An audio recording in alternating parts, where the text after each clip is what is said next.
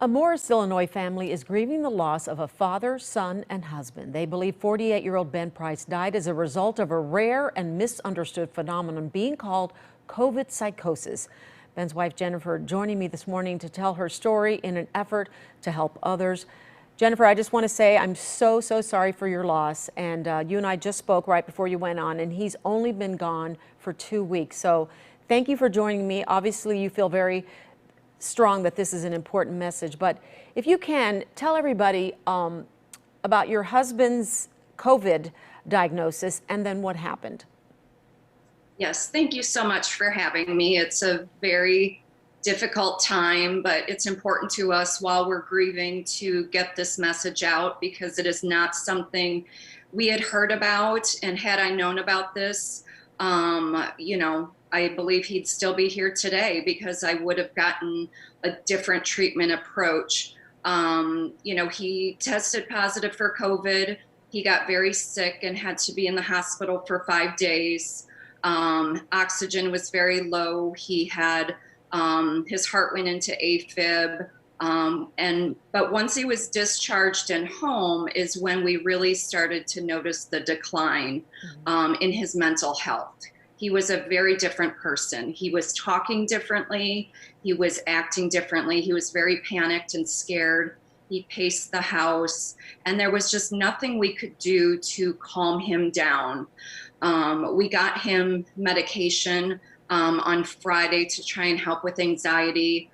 By Saturday, it seemed to have gotten a little bit worse. So we discontinued that, thinking maybe it was the medication.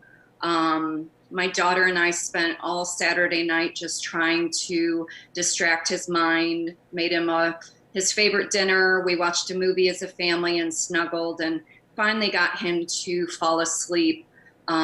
He woke up Sunday morning and said it was the best he's felt and said it was the best he slept. And I texted his mom and sister because, it had been 2 weeks of us just constantly in contact about his care and health. And I was saying, I think we've turned a corner. He's doing good. He looks better.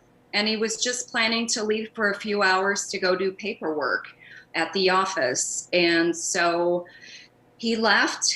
I had planned to meet him within 30 minutes. And I noticed he was at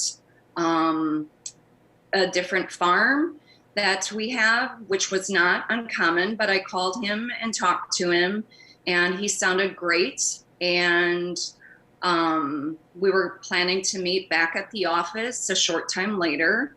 And 20 minutes later, his dad stopped by the farm and couldn't find him. And I got a call a few minutes later that he was gone. And my husband had no history of mental health problems. He was thriving in his life. His business was great. His family was healthy. His personal life was all wonderful. It's not something we believe happened. We know that COVID robbed his brain and took him from us. Our Ben would have never left us. And the research and the studies that I have found and the countless people that have reached out to share their similar stories of this is alarming. And, we have spent so much time this last year, and it's the year anniversary of the pandemic. And we've spent so much time in the triage phase where we've identified the virus. We've tried to look at how to prevent it, and now we have the vaccinations. But we're not talking about and looking at how this is truly impacting people's brains, and not just because of isolation and anxiety, but truly it's crossing the blood-brain barrier and is changing and rewiring people's brains. And that's what happened to my husband. He was a completely different person. And there was nothing we could do. And I've had so many doctors that have reached out who I've talked to that said, we had never heard of this. Wow. So for medical professionals to not know about this is alarming. I wanted to ask you about that. To ask you about that. When he was going through this, you said paranoia, anxiety, he couldn't sleep. What were the doctors saying to you? What was the explanation for that? It was all kind of in their mind typical, because when you come out of COVID, a lot of times there's what they call brain fog. And obviously his oxygen was still, he was still struggling with breathing. And, you know, you don't come out of COVID and out of the hospital that sick and just bounce right back.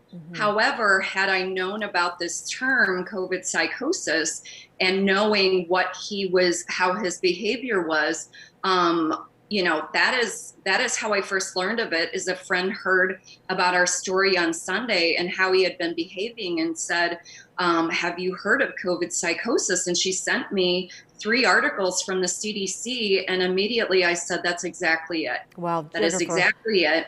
And we need the CDC, and we need the NIH, and we need the President's COVID task force to sound the alarm on this. And families need to know not only what to look for, but medical professionals and hospitals across the country need to know that if someone comes in and they're presenting these symptoms, we've got to have a plan in place. Well, Jennifer, it sounds to me like you are trying to turn this around to help others, and you are so brave to join me this morning. He just passed away 2 weeks ago, and here you are trying to make sure this doesn't happen to another family. So I can't tell you how much I appreciate you joining me this morning. I know you have 2 beautiful children, and our prayers and our hearts go to all of you to help lift you.